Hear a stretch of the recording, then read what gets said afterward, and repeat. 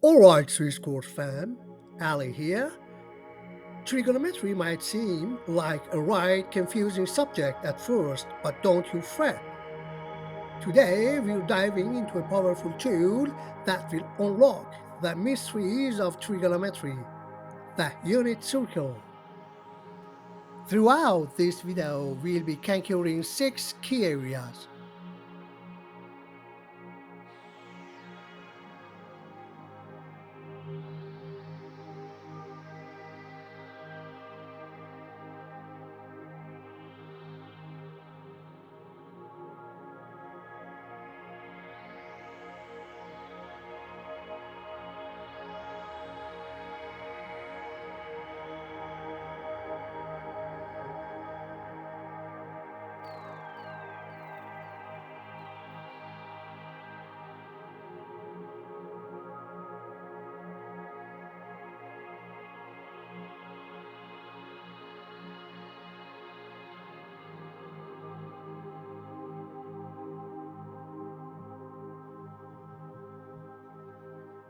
Rightio!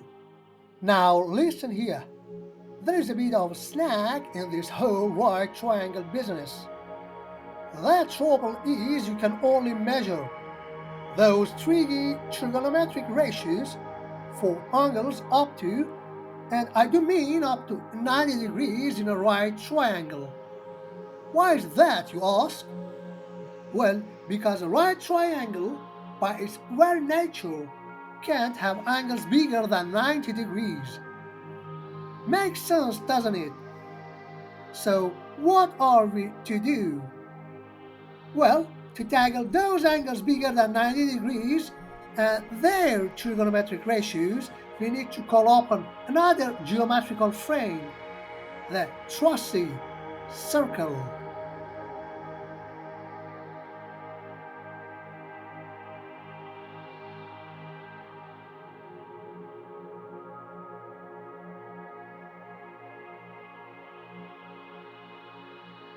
Right then, let's take a gander at this Cartesian graph. If we draw a circle centered on the origin with a radius of 1, we get what's called a trigonometric circle. This circle is divided into 4 quadrants.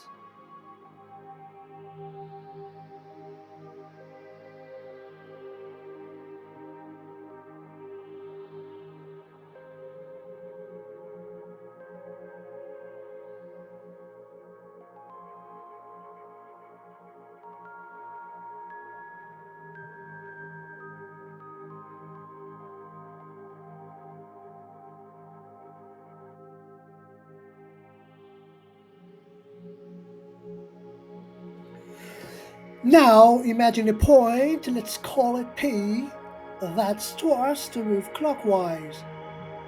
As it moves, it creates an angle AOP, which is considered a positive angle.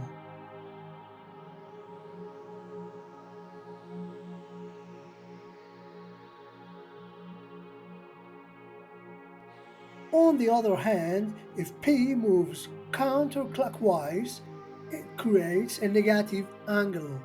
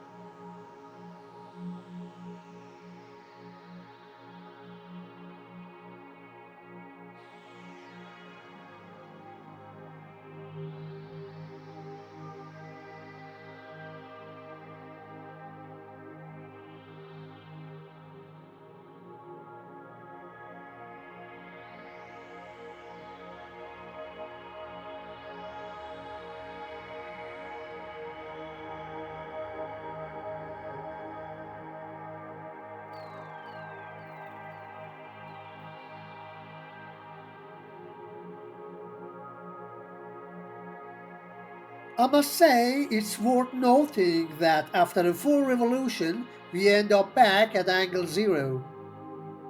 In other words, angle 0 and 360 degrees represent the same position. The same goes for other angles, for instance, 60 degrees and 420 degrees.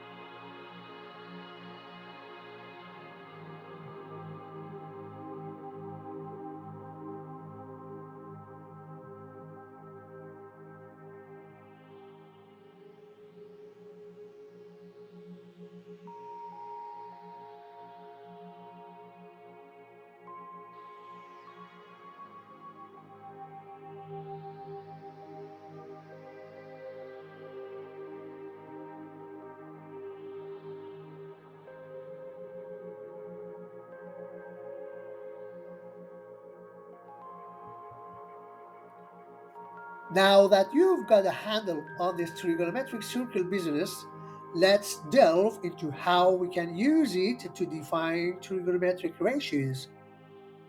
Imagine we have a point P, X, Y sitting pretty on the circle. If we drop a perpendicular line from P straight down to the x-axis, we create a right triangle OPA.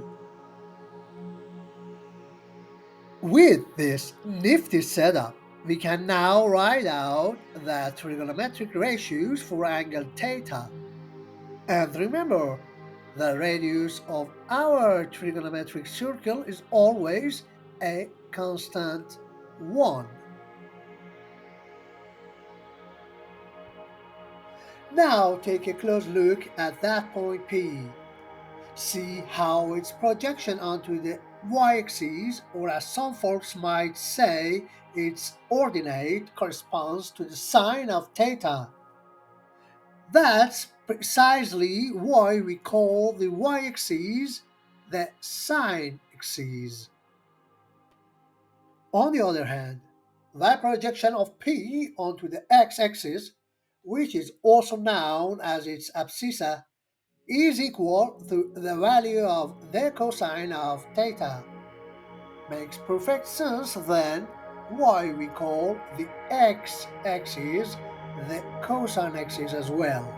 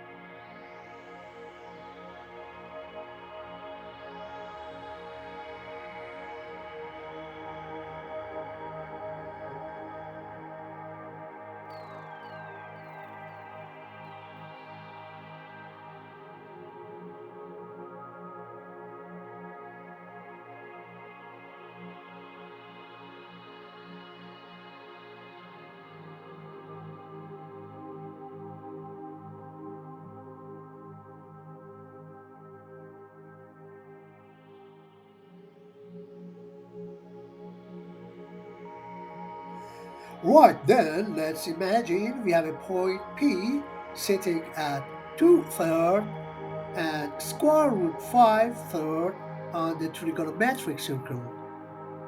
This point P creates an angle that we'll call theta.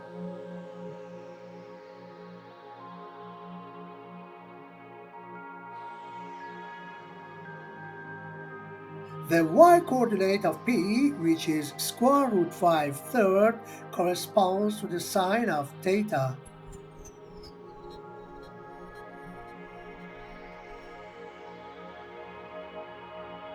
Similarly, the x-coordinate 2 third is equal to the cosine of theta. Now, here is a key point to remember. Because the radius of our trigonometric circle is always a constant 1, the cosine of any angle will always be between -1 and 1, and the sine of any angle will always fall between -1 and 1.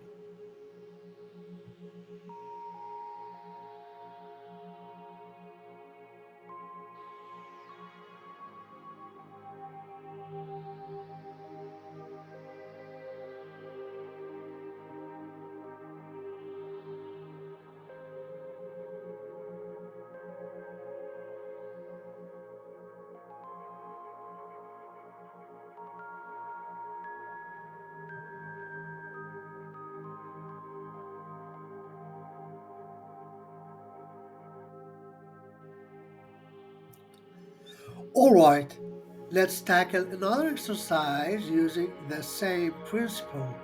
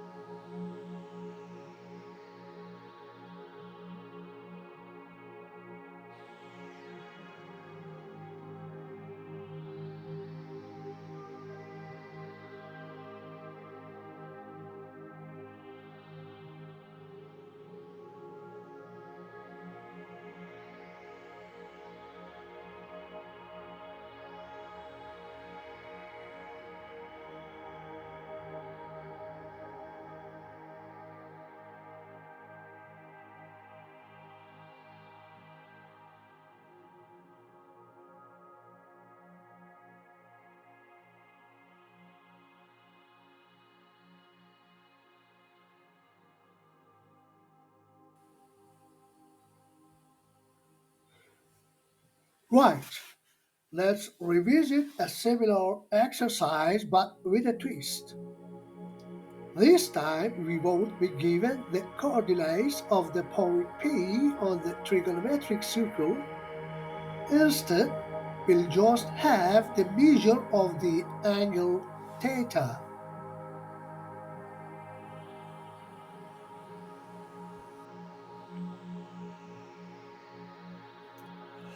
Let's take a look at a 60-degree angle on our trigonometric circle.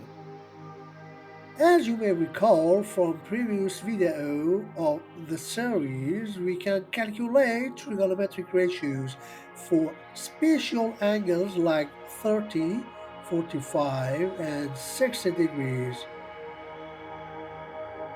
And from there, you are quite right that the sine of a 60-degree angle is indeed square root 3 half. Here is the interesting part. You've observed that the y-coordinates of points P and P' on the y-axis coincide.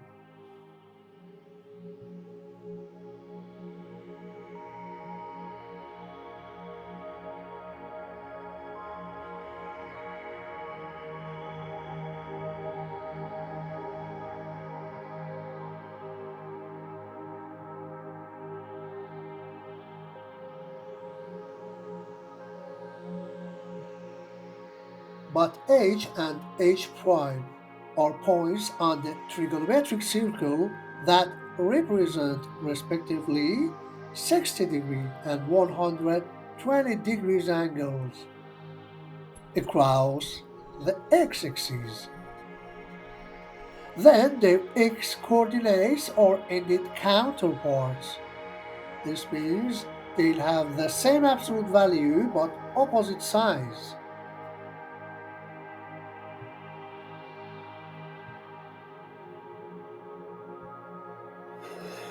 In other words, the trigonometric ratios for 120 degrees can be easily calculated using the trigonometric ratios for 60 degrees. In general, if two angles are supplementary, meaning their sum is 180 degrees, they share the same sine, but their cosine values are counterparts.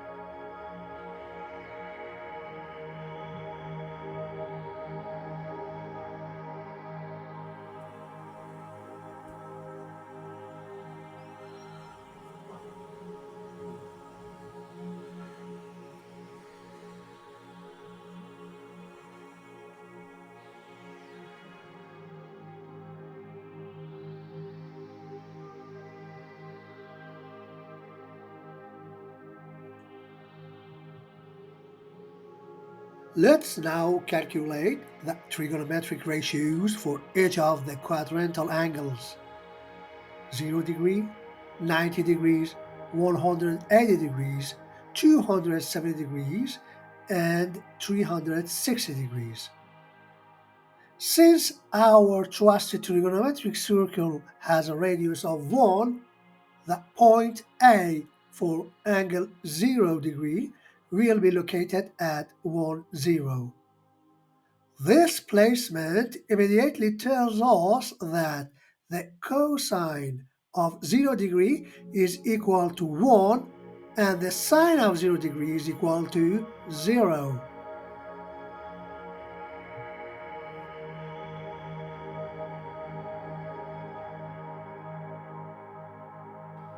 We can also determine the tangent and cotangent for this angle.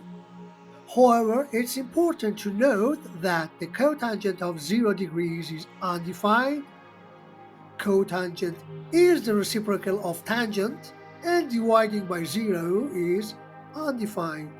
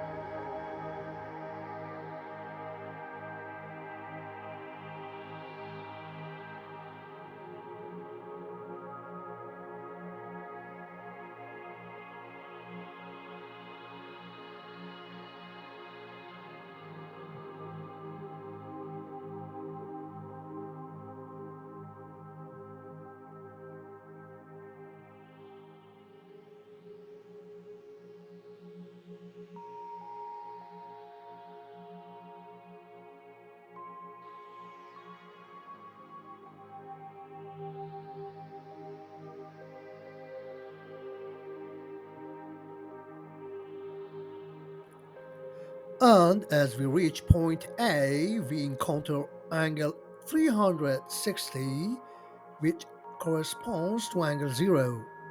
Therefore, all trigonometric ratios for 0 degrees are also valid for 360 degrees.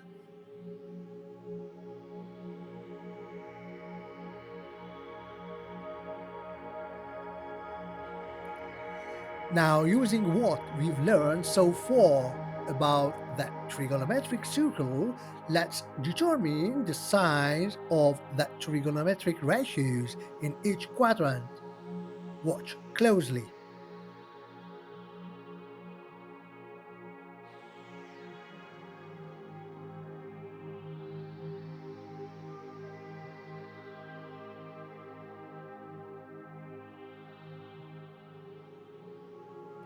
As you can see, for any imaginary point in the first quadrant, the x coordinate of the point is positive, so the cosine is positive. Similarly, the y coordinate of the point is also positive, so the sine is positive as well. Since tangent and cotangent are ratios of sine and cosine, they will naturally share the same signs in the first quadrant. We use that same method to determine the size of trigonometric ratios in the other quadrants.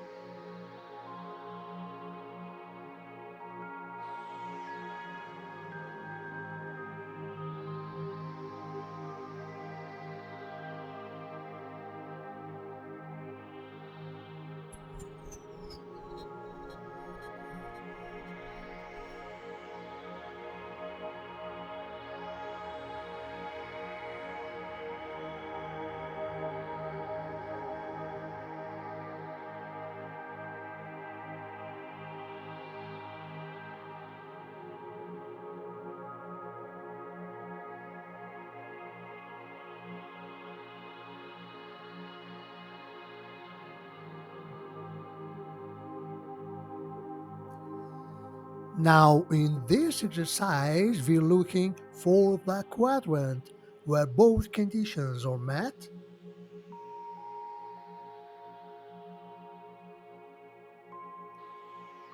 Once we've determined the quadrants where sine and cosine are positive, we can find the sine of tangent because it's the quotient of sine divided by cosine.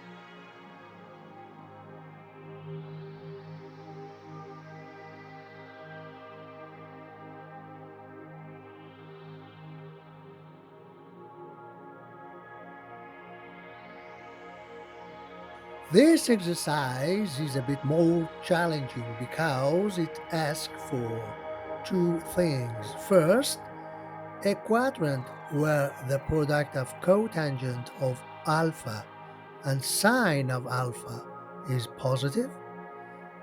Then we need to find a quadrant where the tangent of alpha is negative.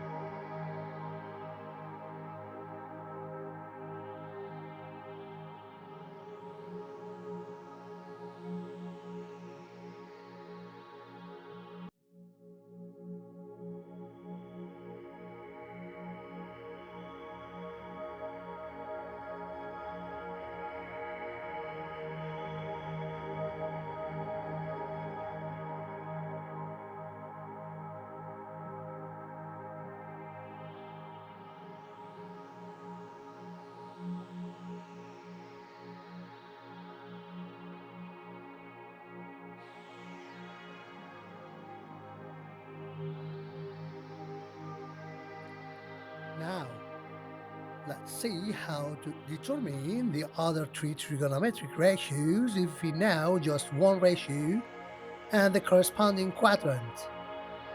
The principle relies on the Pythagorean theorem.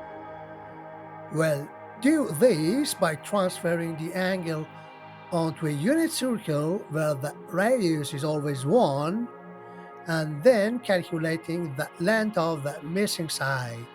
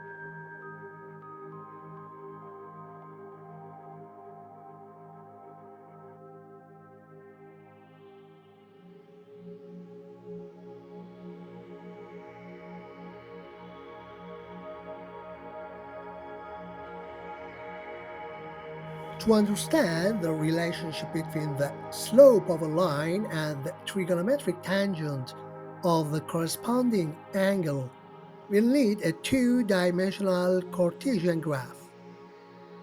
Let's consider the linear equation y equals to x minus 1, and let's plot this equation as a line on the graph.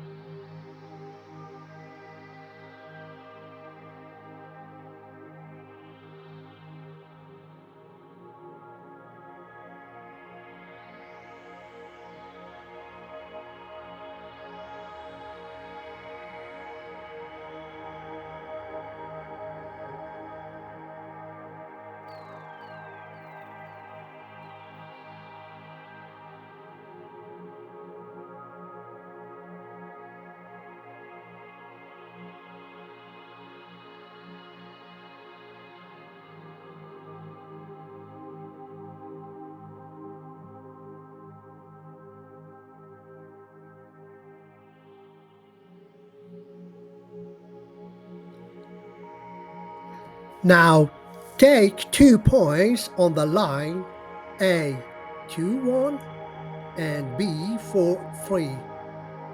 As you'll recall from basic mathematics, the slope of the line is calculated by the difference in the y coordinates divided by the difference in the x coordinates.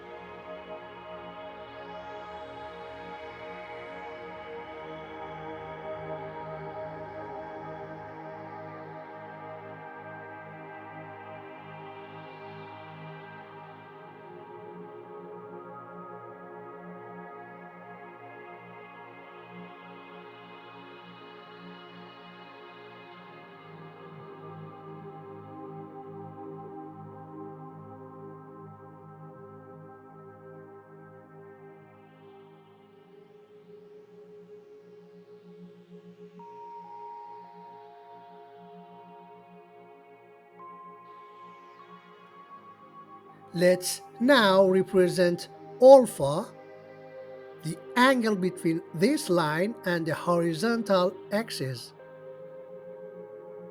We can then calculate the tangent of this angle.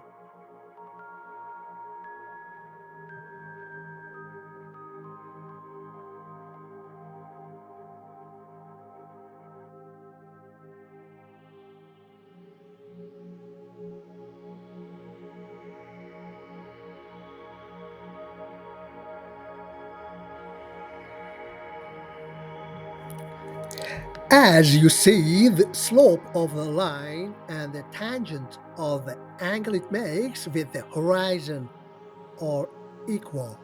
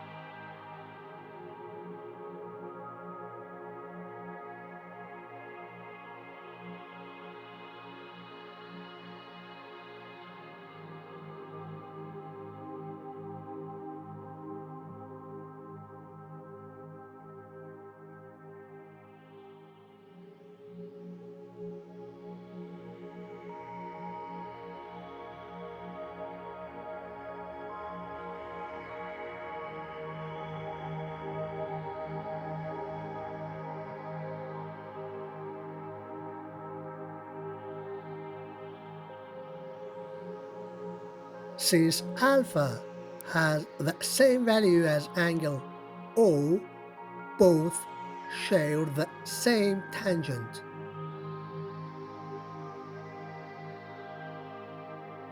In a sense, this demonstrates that the tangent of the angle between a line and the positive x-axis is equal to the slope of the line.